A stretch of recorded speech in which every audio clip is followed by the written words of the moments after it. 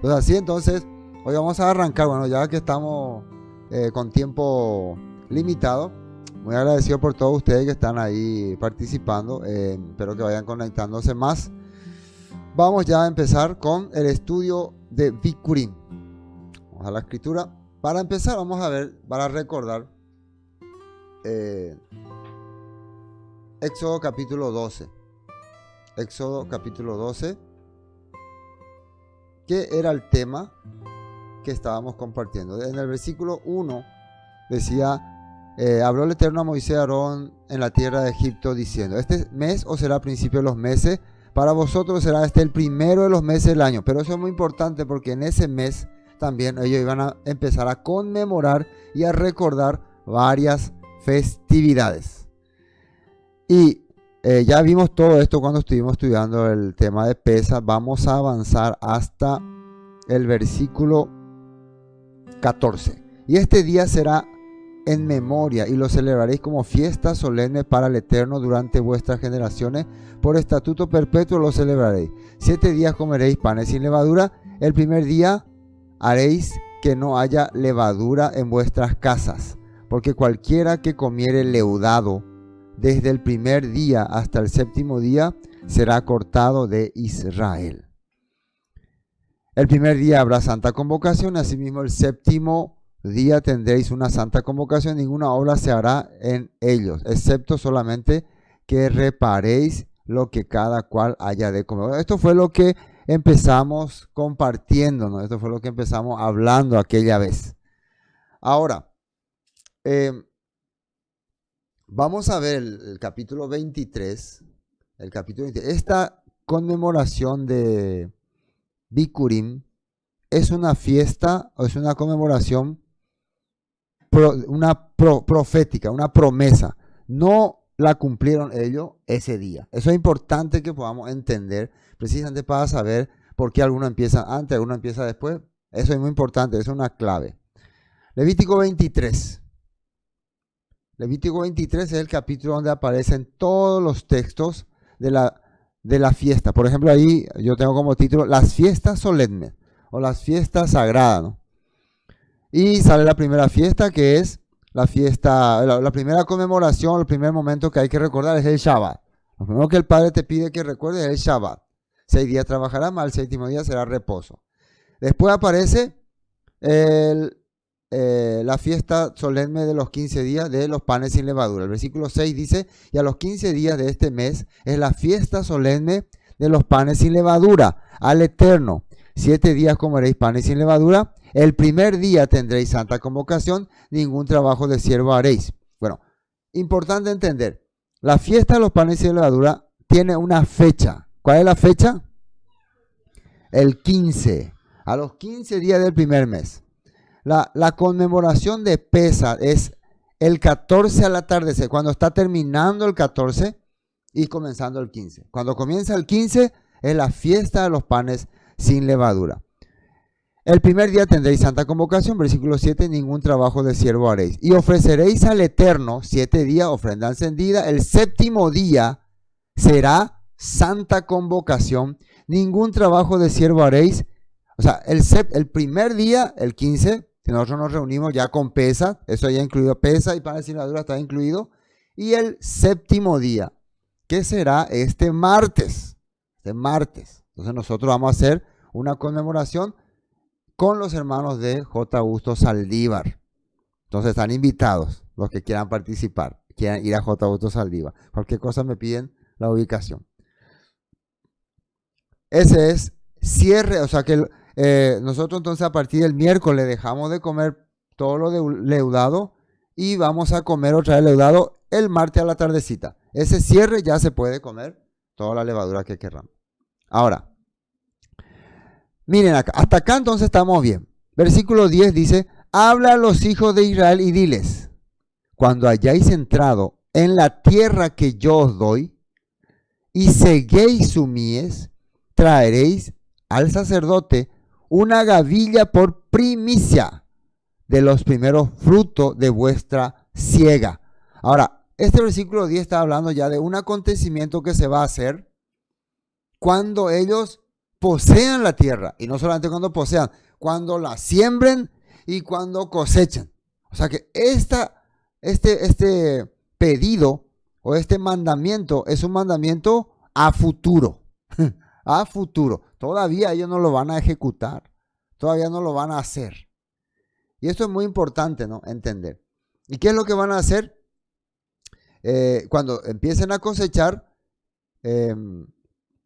van a traer ante el sacerdote, por eso el sacerdote ya va a estar ubicado, ya haciendo sus funciones, una gavilla por primicia de los primeros frutos de vuestra siega. Vamos a la nota 10 para entender mejor. Según la Nueva Traducción Viviente, dice así: da las siguientes instrucciones al pueblo de Israel.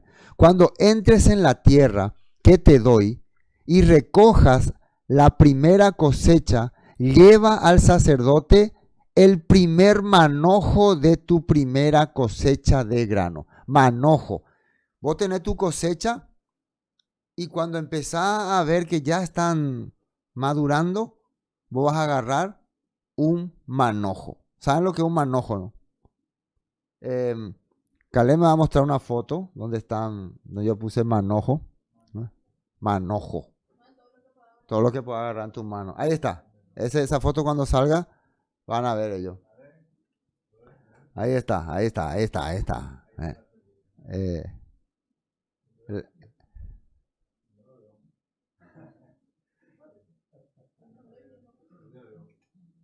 Sí, eso ellos,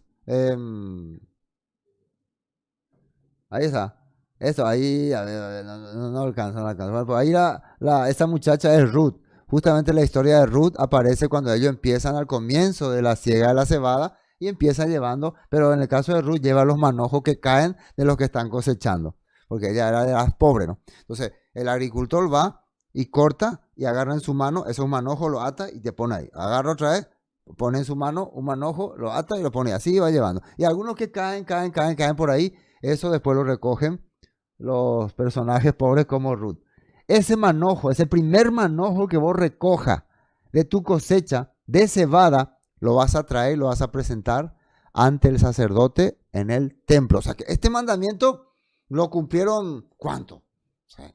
50 o 60 o 100 años después de haber salido. No lo han cumplido ni una vez porque ellos estaban en el desierto. Eso es muy importante, el primer manojo de cebada. Y ese primer manojo lo van a traer durante 7 semanas. Muy importante ver. Ahora fíjense lo que dice la escritura. Primera cosecha, lleva al sacerdote el primer manojo de tu primera cosecha de grano. Y primicias bikurim. Volvamos a la nota, ¿no? Primicia significa promesa que viene. Eso es ese significado de la fiesta de las primicias. La fiesta de las primicias es como yo te estoy dando, Ramiro, te estoy dando una promesa a vos. Ahora vos estás saliendo de tu tierra, pues yo te doy una promesa. Cuando vos tengas esta posesión, vas a hacer tal cosa porque tu tierra va a producir. Vas a tener mucho fruto. Pero ese primer fruto me vas a traer a mí. Pero todavía no tengo nada y si por eso estoy prometiendo. O sea que mientras no tenga tu cosecha, no me vaya a traer. No es que tráeme primero y después vas a ver lo que va a aparecer. Sino, cuando voy a ver a tu plantación lleno de cebada, esa primera que empieza a madurar, vas a traer como agradecimiento lo que el Eterno te está dando. Bueno, la palabra para primero fruto aquí es Reshit Sirhem. Literalmente, el comienzo de vuestra cosecha significa. Esa palabra es lo que significa primero fruto. Importante entender este punto y presten atención ustedes que están mirando y ustedes que están acá. ¿Por qué algunos hermanos nuestros ya han comenzado el conteo del Omer el día jueves? Y nosotros vamos a comenzar esta tarde. ¿Por qué? Y acá hay una pequeña información. Es una interpretación que tuvieron en el pasado saduceos y fariseos. Pero antes de esta interpretación, los esenios o los grupos caraítas que se habían apartado del templo, la conmemoraban de esta manera. Los saduceos, un grupo que gobernaba en ese tiempo en el templo, dice así: las interpretaciones particulares de los saduceos los llevaban a múltiples especificaciones propias sobre el calendario, las fiestas, el culto, los sacrificios, los rituales y asuntos jurídicos. De acuerdo con el Talmud, sostenían que las 7 semanas desde la primera ofrenda de la gavilla de cebada, o sea, Omer, hasta el Shavuot, Pentecostés, en la referencia cristiana, debían, según Levítico 23, 15, 16, ser contado desde el día después del sábado o Shabbat semanal. Eso es lo que interpretaron los saduceos. ¿Por qué? Porque precisamente ahí en Levítico 23, 15 no aparece la fecha del conteo del Omer. No, dice, y el 16 de este mes comenzarás a contar el Omer. Si fuera necesario, si fuera importante, la fecha la hubiera dicho como Pesaj y panes sin levadura. Pero como acá se refiere a una fecha que no es probable, que no hay una fecha fija, entonces estableció el primer Shabbat después de Pesaj. Tenemos Pesaj y el Shabbat que viene, después de ese Shabbat, se hace el conteo. Esa es la explicación que dan los saduceos. Y es la explicación con la cual nosotros nos hemos quedado. Nos hemos quedado con esta porque vemos que tiene un poco más de coherencia, ¿no? Porque no aparece la fecha. Aparece el día después del día de reposo, día de Shabbat, dice. No dice del día de Shabbatón, que es el día de panes sin levadura. Si no hubiera dicho después de la festividad de panes sin levadura, contaréis el Omer. Hubiera sido específico así. Pero bueno. En consecuencia que Shavuot siempre debería celebrarse en el primer día de la semana, en estos seguían la antigua concepción bíblica que considera la fiesta de los primogénitos sin conexión con la Pascua, mientras que los fariseos, conectando la fiesta del Éxodo con la fiesta de la entrega de la Torá, interpretaban el día después del sábado como el segundo día de Pascua, o sea, el 16 de Abib. Ellos interpretaron que no, esto es una continuación de Pesaj. Ellos interpretaron así.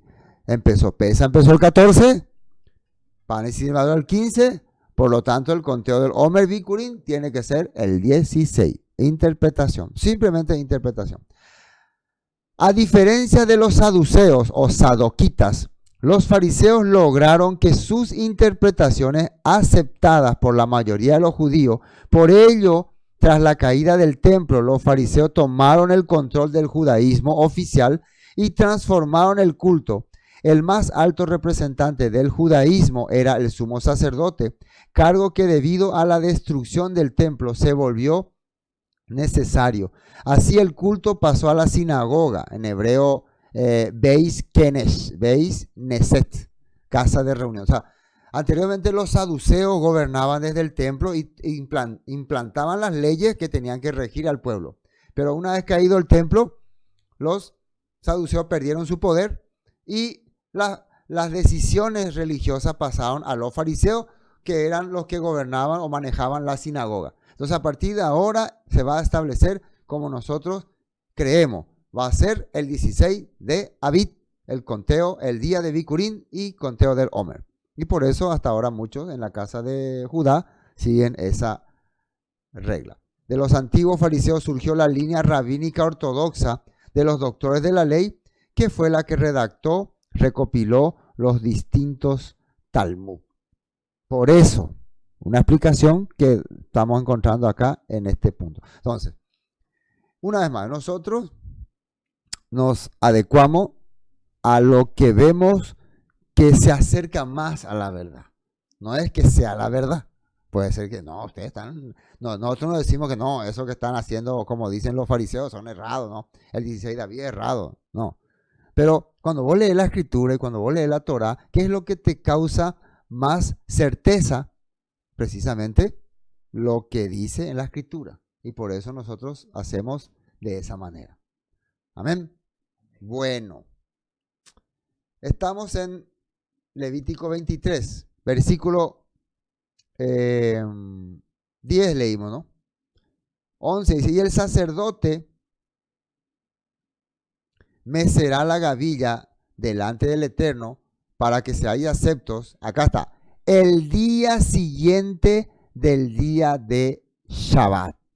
La mecerá. Y acá la cuestión es, la duda es para muchos. Esta palabra Shabbat o reposo es el 15 de Abib o el Shabbat semanal. Esa es la duda. Si hubiera sido el 15 de Abib, diría así: para que seáis acepto el día de 16 de Abib. Así hubiera sido. El día 16 de Abib. O el día siguiente a la celebración de panes sin levadura. No necesitaba decir el día siguiente del día de reposo. No necesitaba decir eso. Tenía que ser claro, porque todo lo que está arriba está siendo claro. Todo está siendo claro. Entonces, por tanto, esto también, que era una cosa importante, nos puede poner ahí en expectativa. ¿Pero por qué poner expectativa? Porque no se trata del día de 16 de Abib, sino se trata del día de Shabbat. Había razones, había motivos por los cuales ellos establecieron este punto. Querían que el comienzo de Bikurim arranque con el inicio de la semana, a lo que muchos en el judaísmo lo llaman como paganismo, como que el catolicismo quiere que sea así, pero esto ya estaba antes del catolicismo, así que no tiene nada que ver, ¿no? Porque la adoración al Dios Sol y muchas cosas. Entonces, como muchos en el judaísmo, no, tenemos que desligarnos de todo lo que tenga que ver con cristianismo, con adoración al Sol, ya también entraron en un, ¿cómo se dice? Cristianofobiacismo. Hay judiofobia y hay cristianofobia también, ¿no? Todo lo que tenga que ver con cristianos, no quiero saber nada. Hay mucho, en el mesianismo existe mucho que tienen cristianofobia. Cualquier canción alabanza cristiana, no escuches eso. Cualquier cosa que voy a hablar de modo cristiano, ya ellos oyen todo. No es así. No tiene que ver así. Es importante. Bueno, nota 11. Dice, háblale al pueblo. Esto es la versión israelita nazarena, ¿no? Al pueblo israelita y dile, cuando ustedes entren a la tierra que les estoy dando y cosechen su producto, deberá traer el primer manojo de su cosecha cebada al sacerdote. Acá está bien específico. Él levantará el manojo delante de Yud-He-Bat-Hei para que sea aceptado en favor de ustedes. El sacerdote lo elevará en el día después del Shabbat. Y acá alguien lo puso primer día de la semana, ¿no? Para que se entienda, ¿no?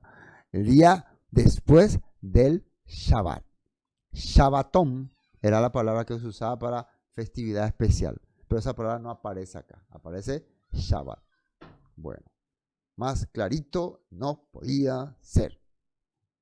Y el día que ofrezca y la gavilla, ofreceré un cordero de 1 año sin defecto en holocausto al Eterno. Su ofrenda será 2/10 de efa de flor de harina amasada con aceite, ofrenda encendida al Eterno en olor gratísimo, y su libación será de vino, esas son las prácticas que se hacían, ¿no? En esa fecha, las prácticas que se hacían. En versículo 14, un ratito, vamos a saltear al versículo 15. Y contaréis, esto es lo que hoy nosotros vamos a hacer y vamos a explicar otra vez. Y contaréis, atiendan bien, desde el día que sigue al día de reposo. Acá también, ¿por qué nos confunde la Torá? ¿Por qué nos dice contaréis desde el 16 de Abib o desde el día siguiente de panes sin levadura? ¿Por qué no dice así? Si nos dice contaréis desde el día siguiente al día de Shabbat. O sea, está Pesach, la fiesta de Pesach, y el primer Shabbat que venga, Shabbat semanal, después de ese día vas a contar. Nosotros, ¿cuándo celebramos Pesach? El miércoles. Entonces, jueves no es Shabbat. Era Shabbatón, pero no era Shabbat. Viernes no era Shabbat. A la tardecita sí. El viernes a la tardecita sí inició el Shabbat. Hoy sábado es Shabbat. Ahora a la tardecita va a terminar el Shabbat. Cuando termina este Shabbat, vamos a empezar nuestro conteo. ¿Entienden? Hay veces que hubo casos donde cayó 14 cayó jueves, 15 cayó viernes y 16 cayó sábado. Entonces al día siguiente se contaba. Entonces ahí fue justito, ¿no? Pero en este caso, no voy a decir. Más bien, esa posición se asemeja a la posición del calendario cristiano o católico, ¿no? Católico, ¿no? Que ellos creen que jueves santo, viernes santo y sábado de gloria. Así es, ¿no? Sería así, entonces sería jueves santo, viernes santo y sábado de gloria. Así sería. Entonces sería el sistema católico. Pero nosotros vemos que en la escritura dice que Yeshua estuvo sepultado 3 días y 3 noches. Por cierto, antes de avanzar en esto, nos va a mostrar Caleb una imagen donde tenemos la frecuencia de los días donde fue Yeshua crucificado. Ahí tenemos, cuando aparezca en la pantalla chica. Ahí aparece los días en que Yeshua, cómo empezó el 14 de David, y hay un cronograma para poder tener en cuenta. Ahí aparece. Ahí está. Entonces, si ustedes se fijan allá en el frente está día 14, allá arriba dice, 14 de Abid. El 14 para nosotros arranca a la noche del martes. A la noche del martes. Y Yeshua muere el día 15, ¿no? El día 15 ya muere. Entonces ahí aparece el día 15. A ver, ahí está. Ahí aparece el día 15. Después está el día 16. Y después está el día Bikurim, que es 17, ¿no? El 17, ¿no? Ahí está el Shabbat semanal. Y primero frutos sale el día ya 18, según este calendario, ¿no? Entonces tenemos el día 14, el día en que se celebró Pesach, el día 15, panes sin levadura, el día 16 era el día, ahí sale el día, ¿no? Era jueves, ¿no? Jueves era el día 16, no, el 15 era jueves, el 16, abrí un poco tu pantalla grande, ahí está, viernes, era el día 16, Shabbat, sábado, el día 17 y al atardecer de hoy, va a ser el 18, vamos a entrar a el domingo, pero es al atardecer de hoy. Esa es la frecuencia y ahí empieza los primeros frutos. Esa imagen es muy importante porque ese es el ciclo que siguió Yeshua, de acuerdo a la escritura. Por eso sale ahí 3 días y 3 noches. Eso dijo Yeshua en Mateo capítulo 12, ¿no? Cuando le pidieron señal. ¿Se acuerdan que le pidieron señal? Danos una señal. Y la única señal que les doy es la señal de Jonás.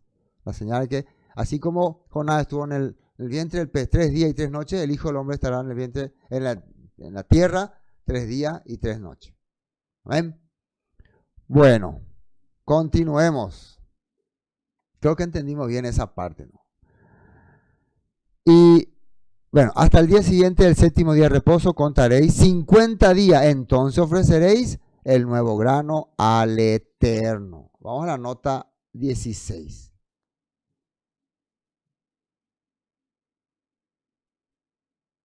Nos pasamos una nota, Calé, la nota 15. Nota 15, vamos a mirar. Levítico 23 dice así, nueva traducción meta, a partir del día que sigue al día de descanso, Shabbat, el día en que lleves el manojo de grano para que sea levantado como una ofrenda especial, primicia de Bikurim, contaréis 7 semanas completas, o sea, 49 días. O sea, a partir de esta tarde vamos a empezar a contar. Hoy es 1 y después vamos a 49 días más, hasta 50. Y desde el día en que traen el manojo de la ofrenda de elevación cebada, el día después del Shabbat, contarán 7 semanas. Tienen que ser completas. Deben contar hasta el día después de la 7ª semana, 50 días. Entonces traerán una ofrenda de grano nuevo, que es trigo, ¿no? A Yahweh. 7 Shabbat es lo que tenemos que contar. Completa. 7 Shabbat, 7 ciclos de Shabbat completo. Con el de hoy. con el atardecer, 7, el próximo atardecer va a ser ya se va a completar una semana, o sea, 7 días. Se va a completar el primer Shabbat. Un Shabbat tiene 7 días, ¿no? Después vamos al segundo Shabbat. Pero hoy es día 1. Día 1, todavía ningún Shabbat, no, ninguna semana. El primero vamos a llegar ya, vamos a tener ya día primera semana y día 1 de primera semana. Eso ya aprendimos a contar la vez pasada. Veamos lo que dice en otro texto de la Escritura. Números 28-26. Durante el festival de la cosecha, cuando presentes al Eterno los primeros de tu nuevo grano, o sea, Bikurim, convoquen un día oficial para una asamblea, Shavuot, santa, y ese día no hará ningún trabajo habitual, dice. Deuteronomio 16:9. Cuenta 7 semanas, o sea, 49 días, a partir, siempre es importante, como dice acá, a partir de cuándo se cuenta, a partir de qué momento, siempre a partir de Bikurim. ¿Y cuándo cae Bikurim?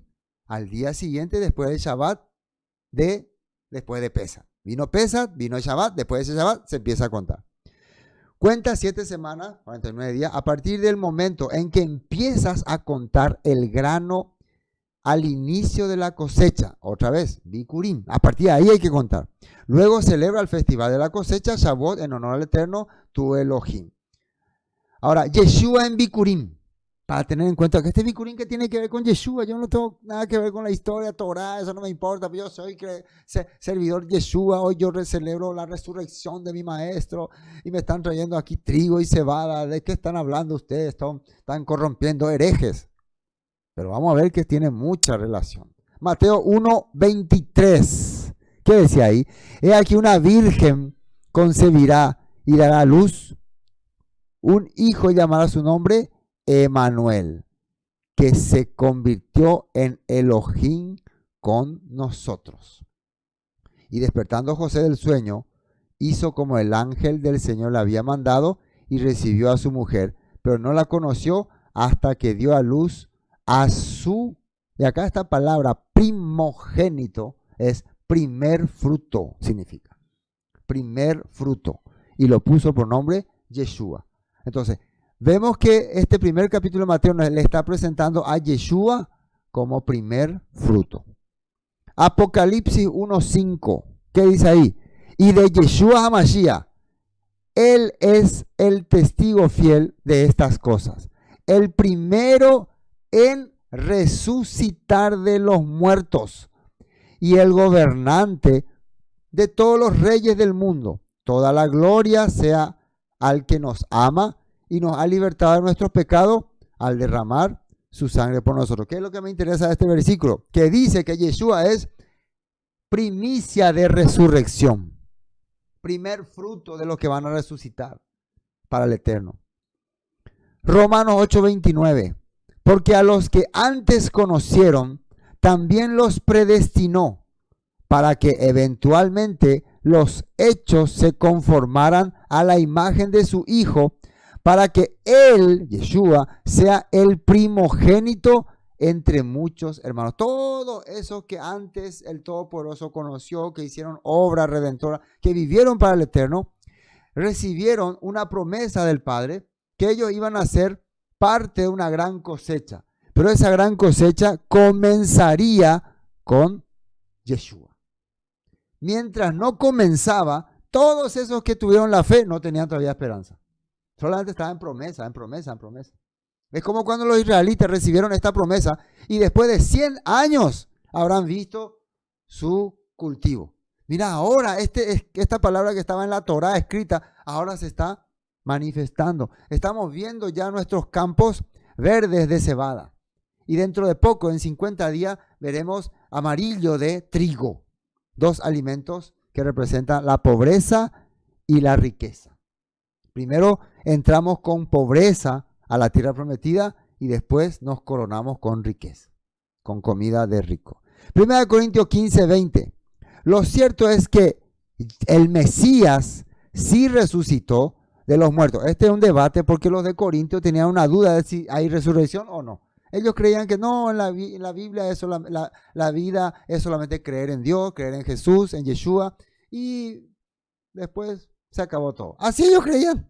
Entonces Pablo vino y les dijo, no, si ustedes creen así, entonces la vida no tiene un sentido, comamos y vivamos, porque mañana moriremos.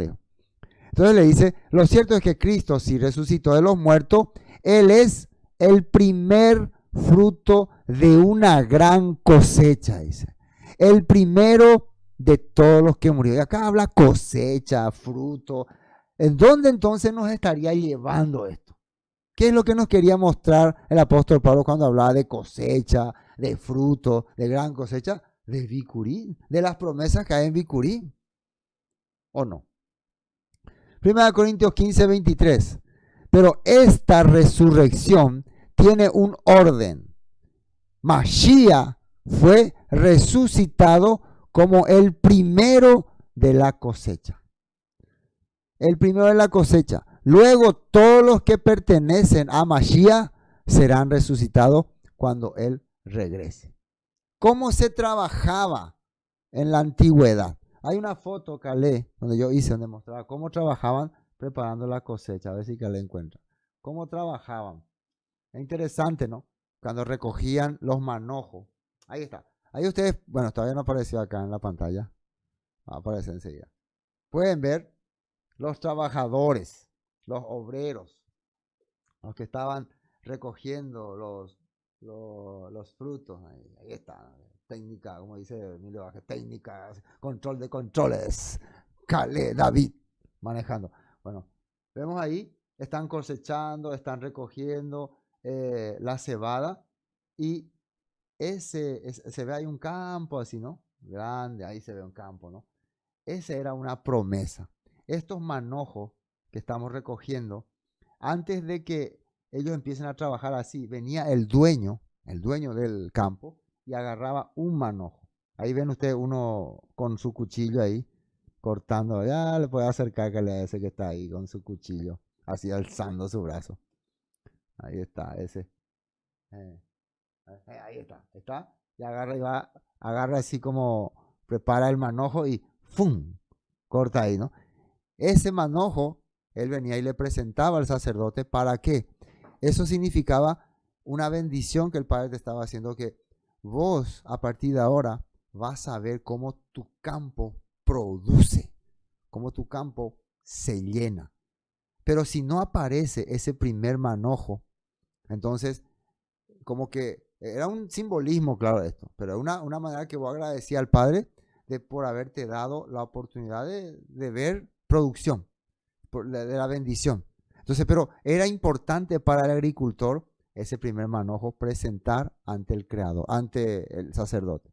Entonces, todo esto era un simbolismo, dice acá, de lo que nuestro Mashiach iba a hacer. Nosotros que creemos en Yeshua, él iba a ser el primer fruto en una gran cosecha de hermanos, dice una parte, de hombres de fe. Por eso su resurrección fue importante. Por eso su resurrección fue clave para el Todopoderoso. Bueno, volvamos a la escritura. Entonces estábamos acá en 1 Corintios 15, 23, pero esta resurrección tiene un orden. Mashiach fue resucitado como primero de la cosecha, luego todos los que pertenecen al Mashiach serán resucitados cuando Él regrese. Así está diciendo la escritura. Estábamos en nota 15. Hasta el día siguiente, el séptimo día de reposo, contaréis 50 días, entonces ofreceréis nuevo grano al Eterno. Vamos a la nota 16. Acá dice en Levítico 23, 15, y desde el día que traen el manojo de la ofrenda de elevación, esto es interesante, ¿cómo se llama? Manojo de elevación. Cuando Yeshua resucita, está con sus discípulos, caminando un tiempo, ¿no? Enseñándole instrucciones, y después los lleva al Monte de los Olivos. ¿Y qué hace Yeshua?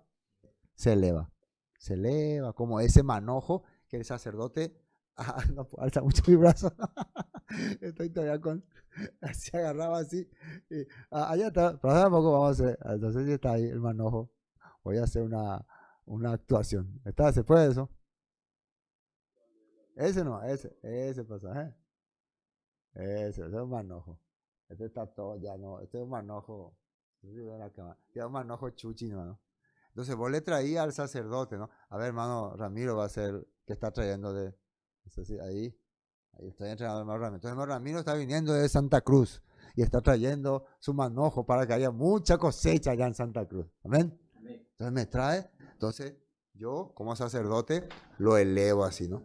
Y lo elevo arriba y así, entonces todo el mundo ve, eso significa, el Todopoderoso está recibiendo tu ofrenda. Y después se pone en un costado, toma otra vez todo, bueno, otra vez su lugar. Esto es muy importante entender. Entonces esa persona se iba contento, feliz, ya el Padre ha bendecido mi cosecha y de aquí a 50 días no será más cebada lo que yo voy a traer, sino trigo. Quiere decir que el Padre va a prosperar mi vida, mi economía y también, en el caso de nosotros, nuestros corazones. Contará 7 semanas, 7 Shabbat. Tiene que ser completa. Deben contar hasta el día después de séptima semana, 49 días. 50 días, Shabbat semanas. O Pentecostés, 50 días. Entonces, traerán una ofrenda de grano nuevo o trigo, alimento real para sacerdotes, a Yahweh, dice. Todo esto vamos a estudiar más a fondo cuando lleguemos a los 50 días, ¿no? Miren lo que dice Mateo 3:12. Su aventador está en su mano, dice, y limpiará su era, y recogerá su trigo en el granero, y quemará la paja en el fuego que nunca se apaga. Entonces, el Todopoderoso va a recibir el trigo y lo va a guardar, dice. Y lo que no sirve, lo va a tirar al fuego, dice. Mateo 13:38. En el campo es el mundo, la buena semilla son los hijos del reino y la cizaña son los hijos del malo, ¿no? ¿Sí está explicando?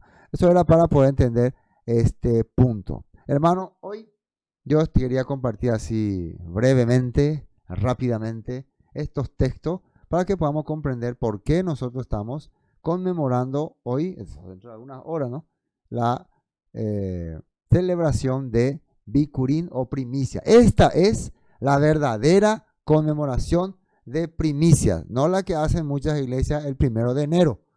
Esa no es ninguna primicia, ¿no? Y tienen que llevar algunos sus primeros dólares. En esta fecha es donde los israelitas traían su primer manojo y también su primer fruto de sus plantaciones. Hay unos frutos también que traían. Y esperaban, eso era con la esperanza de que su plantación crezca, prospere. Es como cuando nosotros vemos nuestros árboles de pomelo, de mandarina y aparece la primera fruta, se madura, eso quiere decir que a partir de ahora va a aparecer más fruta. Hace poco yo comí el primer pomelo de este árbol, arranqué, ¿no? Y a partir de ahora ya van saliendo más, se va madurando más, después va a aparecer el primer fruto de aquel mango y así. Entonces, nosotros también ya tenemos el primer fruto para el reino eterno, ¿o no? Que es Yeshua. Eso es una esperanza para nosotros, una esperanza. Hoy se conmemora entonces la resurrección de nuestro maestro Yeshua como primer fruto, como primer primicia.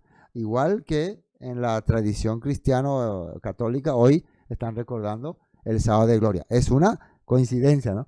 Pero nosotros nos basamos en el calendario hebreo. Amén.